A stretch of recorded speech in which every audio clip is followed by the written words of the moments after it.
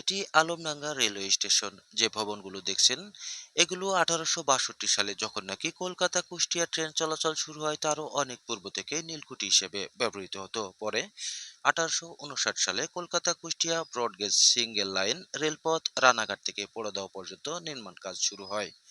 প্রথম পর্যায়ে জয়নগর চুয়াডাঙ্গা আলমডাঙ্গা পোড়াদহ পর্যন্ত রেলপথ নির্মাণ কাজ 1860 সালে শেষ হয়। তার কিছুদিন পর পোড়াদহ থেকে জগতী পর্যন্ত রেলপথ নির্মাণ হয়। 1862 সালের দিকে চুয়াডাঙ্গার দর্শনা থেকে কুষ্টিয়ার জগতী পর্যন্ত 53 কিলোমিটার লাইন স্থাপন করা হয়। পরবর্তীতে 1871 সালে গোয়ালন পর্যন্ত সেকশনটি চালু করা হয়।